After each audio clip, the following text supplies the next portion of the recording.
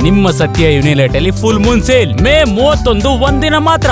ಸತ್ಯ ಯುನಿಲೆಟ್. ಪರಿಷತ್ ಚುನಾವಣೆಯಲ್ಲಿ ಬಿಜೆಪಿ ಅಡ್ಡ ಮತದಾನ ಹಿನ್ನೆಲೆ ಕೇಸರಿ ಪಾಳ್ಯದಲ್ಲಿ ಬದಲಾವಣೆಯ ಗಾಳಿ ಬೀಸುವಂತೆ ಕಾಣಿಸ್ತಾ ಇದೆ. ಎರಡು ಪ್ರಮುಖ ಸ್ಥಾನಗಳ ಬದಲಾವಣೆಗೆ ಹೈಕಮಾಂಡ್ ಚಿಂತನೆಯನ್ನ ನಡೆಸಿದೆ ಅಂತ ಹೇಳಲಾಗ್ತಾ ಇರುವಂತದ್ದು. ಇಲ್ಲಿ ರಾಜ್ಯಾಧ್ಯಕ್ಷ ಸ್ಥಾನ ಮತ್ತು ವಿಪಕ್ಷ ಸ್ಥಾನಕ್ಕೆ ಕುತ್ತು ಬಂತ ಅನ್ನುವಂಥ ಪ್ರಶ್ನೆಗಳು ಉದ್ಭವವಾಗಿವೆ. ರಾಜ್ಯಾಧ್ಯಕ್ಷ ವಿಜೇಂದ್ರ ಮತ್ತು ವಿಪಕ್ಷ ನಾಯಕ ಅಶೋಕ್ಗೆ ಈಗ ಡವಡವ ಶುರುವಾಗಿರುವಂತದ್ದು. ದೆಹಲಿಯಲ್ಲಿ ಹೈಕಮಾಂಡ್ ನಾಯಕರನ್ನ ಭೇಟಿ ಮಾಡಿದ ಬಳಿಕ ಅಶೋಕ್ ಎಚ್ಚೆತ್ತುಕೊಂಡಿದ್ದಾರೆ. ದೆಹಲಿಯಿಂದ ಬರ್ತಿದ್ದಂತೆ ಹಿರಿಯ ನಾಯಕರನ್ನ ಭೇಟಿ ಮಾಡ್ತಿದ್ದಾರೆ. ಪ್ರಹ್ಲಾದ್ ಜೋಶಿ, ವಿ ಸೋಮಣ್ಣ, ಬೊಮ್ಮಾಯಿ ಅವರನ್ನ ಭೇಟಿಯಾಗಿ ಓಲೈಕೆ ಮಾಡುವಂತಹ ಪ್ರಯತ್ನವನ್ನ ಮಾಡ್ತಿದ್ದಾರೆ ಅಂತ ಹೇಳಲಾಗ್ತಾ ಇರುವಂತದ್ದು. ವಿಜಯೇಂದ್ರ ಅವರ ವಿರುದ್ಧ ಹಿರಿಯ ನಾಯಕರು ಅಸಮಾಧಾನವನ್ನ ವ್ಯಕ್ತಪಡಿಸಿದ್ದಾರೆ. ಇನ್ನೊಂದು ಕಡೆ ವಿಜಯೇಂದ್ರ ಅವರ ಪರವಾಗಿ ಹಿರಿಯ ನಾಯಕರು ಬ್ಯಾಟಿಂಗ್ ಮಾಡ್ತಾ ಇರುವಂತದ್ದು. ರಾಜ್ಯದ ಸ್ಥಾನಕ್ಕೆ ಮುನ್ನೆಲೆಗೆ ಬರ್ತಾ ಇರುವಂತಹ ಅಚ್ಚರಿಯ ನಾಯಕರು ಹೆಸರು, ಇಲ್ಲಿ ಕೆಲವೊಂದಿಷ್ಟು ಹೆಸರುಗಳು ಮುನ್ನೆಲೆಗೆ ಬರ್ತಾ ಇರುವಂತದ್ದು. ರಾಜ್ಯಾಧ್ಯಕ್ಷ ಸ್ಥಾನಕ್ಕೆ ಕೇಂದ್ರ ಸಚಿವ ಪ್ರಹ್ಲಾದ್ ಜೋಶಿ ಅವರ ಹೆಸರನ್ನ ಸೀನಿಯರ್ ಲೀಡರ್ಗಳು ಪ್ರಸ್ತಾಪಿಸಿದ್ದಾರೆ ಅನ್ನುವಂಥ ಮಾಹಿತಿಗಳು ಕೂಡ ಬರ್ತಾ ಇರುವಂತದ್ದು.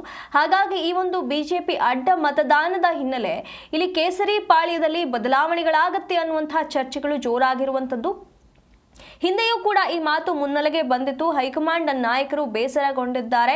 ಇಲ್ಲಿ ಕೆಲವೊಂದಿಷ್ಟು ಬದಲಾವಣೆಗಳನ್ನ ಮಾಡೋದಕ್ಕೆ ಯೋಚನೆ ಮಾಡ್ತಿದ್ದಾರೆ ಅನ್ನುವಂತಹ ಮಾತುಗಳು ಕೇಳಿ ಬಂದಿತ್ತು. ಈಗ ಆ ಒಂದು ಬದಲಾವಣೆ ಆಗತ್ತೆ ಅನ್ನುವಂಥ ಚರ್ಚೆಗಳು ಜೋರಾಗಿರುವಂಥದ್ದು. ಇಲ್ಲಿ ಸ್ಥಾನಗಳು ಅಂತಂದ್ರೆ ರಾಜ್ಯಾಧ್ಯಕ್ಷ ಸ್ಥಾನ ಮತ್ತೆ ವಿಪಕ್ಷ ನಾಯಕನ ಸ್ಥಾನ ಇದೆ. ಈ ಎರಡೂ ಸ್ಥಾನಗಳನ್ನ ಬದಲಾಯಿಸೋದಕ್ಕೆ ಹೈಕಮಾಂಡ್ ಚಿಂತನೆಯನ್ನ ನಡೆಸ್ತಾ ಇದೆ ಅಂತ ಹೇಳಲಾಗ್ತಾ ಇರುವಂಥದ್ದು. ಹಿಂದೆ ಕೂಡ BY ವಿಜಯೇಂದ್ರ ಅವರು ರಾಜ್ಯಾಧ್ಯಕ್ಷ ಸ್ಥಾನಕ್ಕೆ ಬೇಡ, ಬೇರೆಯವರನ್ನ ಸ್ಥಾನಕ್ಕೆ ಕೂರಿಸಿ ಅನ್ನುವಂಥ ಮಾತುಗಳು ಹಿಂದೆ ಕೂಡ ಕೇಳಿ ಬಂದಿತ್ತು. ಈಗ ಈ ಒಂದು ಅಡ್ಡ ಮತದಾನವಾಗಿರೋದು ಮತ್ತಷ್ಟು ಪುಷ್ಟಿಯನ್ನ ಕೊಟ್ಟಿದೆ ಈ ಒಂದು ನಿರ್ಧಾರಕ್ಕೆ. ಈಗ ರಾಜ್ಯಾಧ್ಯಕ್ಷ ಸ್ಥಾನ ವಿಜಯೇಂದ್ರ ಅವರ ಕೈ ತಪ್ಪುತ್ತಾ ಅನ್ನುವಂಥ ಆತಂಕದಲ್ಲಿದ್ದಾರೆ. ಹಾಗೆ ವಿಪಕ್ಷ ನಾಯಕ R ಅಶೋಕ್ ಕೂಡ ತಮ್ಮ ಸ್ಥಾನ ಕೈ ತಪ್ಪುವಂತ ಆತಂಕದಲ್ಲಿ ಇರುವಂತದ್ದು. ಹಾಗಾಗಿ ಹೈಕಮಾಂಡ್ ತೀರ್ಮಾನದ ಬಗ್ಗೆ ಎಲ್ಲರೂ ಕೂಡ ಇನ್ನು ಅದರ ಬಗ್ಗೆ ಕಾಯ್ತಾ ಇದ್ದಾರೆ. ಈ ಬಗ್ಗೆ ಹೆಚ್ಚಿನ ಮಾಹಿತಿಯನ್ನು ನಮ್ಮ ಪ್ರತಿನಿಧಿ ಜನಾರ್ದನ್ ಹೆಬ್ಬಾರ್ ನೀಡ್ತಾ ಹೋಗ್ತಾರೆ. ಹೆಬ್ಬಾರ್, ಈಗ ಈ ಒಂದು ಬಿಜೆಪಿ ಅಡ್ಡ ಮತದಾನದ ಬೆನ್ನಲ್ಲೇ ಕೇಸರಿ ಪಾಳ್ಯದಲ್ಲಿ ಬದಲಾವಣೆಗಳಾಗತ್ತೆ ಅನ್ನುವಂತ ಚರ್ಚೆಗಳು ಜೋರಾಗ್ತಾ ಇದೆ. ಈ ಬಗ್ಗೆ ಹೇಳೋದಾದ್ರೆ ಸುನಿಧಿ, ಕೇಸರಿ ಪಾಳ್ಯದಲ್ಲಿ ಈಗ ಜೋರಾದ ಚರ್ಚೆ ಶುರುವಾಗಿದೆ. ಮೊದಲು ಇಷ್ಟು ದಿನ ಕೇವಲ ರಾಜ್ಯಾಧ್ಯಕ್ಷರ ಬದಲಾವಣೆ ಬಗ್ಗೆ ಚರ್ಚೆ ನಡೀತಾ ಇತ್ತು. ವಿಜಯೇಂದ್ರ ಅವ್ರನ್ನ ಕಂಟಿನ್ಯೂ ಮಾಡ್ತಾರಾ ಅಥವಾ ಬೇರೆಯವ್ರನ್ನ ಮಾಡ್ತಾರಾ, ಈ ರೀತಿಯ ಚರ್ಚೆಗಳು ತುಂಬಾ ದಿನದಿಂದ ನಡೀತಾ ಇದೆ. ಇದರ ನಡುವೆ ಮೊನ್ನೆ ವಿಧಾನ ಪರಿಷತ್ ಚುನಾವಣೆಯಲ್ಲಿ ಅಡ್ಡ ಮತದಾನ ಆದ ಬಳಿಕ ಕೇವಲ ರಾಜ್ಯಾಧ್ಯಕ್ಷ ಸ್ಥಾನ ಮಾತ್ರ ಅಲ್ಲ, ವಿರೋಧ ಪಕ್ಷ ನಾಯಕರ ಸ್ಥಾನವೂ ಕೂಡ ಬದಲಾಗುತ್ತೆ ಅನ್ನೋದು ಚರ್ಚೆಗಳು ಶುರುವಾಗಿದೆ. ಇದು ಎಷ್ಟು ಮಟ್ಟಿಗೆ ನಿಜ ಸುಳ್ಳು ಅನ್ನೋದು ಇನ್ನೊಂದು ಸ್ವಲ್ಪ ದಿನದಲ್ಲಿ ಗೊತ್ತಾಗ್ಲಿಕ್ಕಿದೆ. ಆದ್ರೆ ನವೆಂಬರ್ದ ಒಳಗಡೆ ಅಂತೂ ಈ ಒಂದು ಬದಲಾವಣೆ ಖಂಡಿತವಾಗಿಯೂ ಆಗತ್ತೆ ಅನ್ನೋ ಚರ್ಚೆ ಶುರುವಾಗಿದೆ. ಕಾರಣ ಏನಂತಂದ್ರೆ ಈ ಅಡ್ಡ ಮತದಾನಕ್ಕೆ ಇಬ್ಬರೂ ಕೂಡ ಕಾರಣ ಅನ್ನೋ ಚರ್ಚೆ ಆಗ್ತಾ ಇದೆ. ಹೈಕಮಾಂಡ್ ಮಟ್ಟದಲ್ಲೂ ಕೂಡ ಚರ್ಚೆ ಆಗಿ ಇಬ್ಬರು ಕೂಡ ಹೋಗಿ ಹೈಕಮಾಂಡ್ ಭೇಟಿಯಾಗಿ ಬಂದಂತ ಸಂದರ್ಭದಲ್ಲಿ ಹೈಕಮಾಂಡ್ ಇವರಿಬ್ಬರ ಮೇಲೂ ಕೂಡ ಗರಂ ಆಗಿದೆ ಅನ್ನೋ ಮಾಹಿತಿ ಇದೆ. ಈ ಕಾರಣಕ್ಕಾಗಿ ಇಬ್ಬರನ್ನೂ ಕೂಡ ಬದಲಾವಣೆ ಮಾಡಿ ಬೇರೆಯವ್ರನ್ನ ತಂದು ಕೂರಿಸ್ತಾರೆ ಆ ಜಾಗಕ್ಕೆ ಅನ್ನೋದು. ಇದರ ನಡುವೆ ಆಗಿರುವಂತಹ ಬೆಳವಣಿಗೆಗಳನ್ನ ನೋಡಿದಾಗ ಸ್ವಲ್ಪ ಅಚ್ಚರಿಯಾಗಿ ಕಾಣಿಸುತ್ತೆ.